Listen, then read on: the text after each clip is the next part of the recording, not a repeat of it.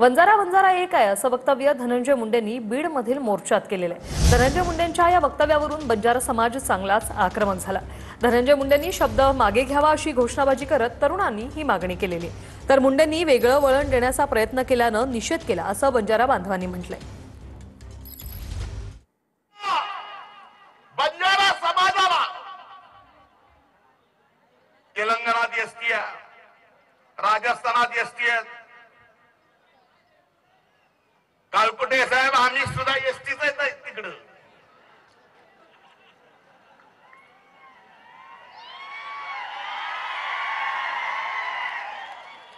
बंजारो बंजारो वेगळं ठेका। बंजारी समाज हा वेगळ्या प्रवर्गात आहे, बंजारी समाज हा वेगळ्या प्रवर्गात आहे। बंजारा समाजाची राहण्याची पद्धत असेल, वेशभूषा असेल, खाण्याची पद्धत असेल किंवा वागण्याची पद्धत असेल, पूर्णतः वेगवेगळ्या आहेत। पण एक वेगळं वळण लावण्याचं काम या ठिकाणी मुंडे साहेबांनी केलेलं आहे।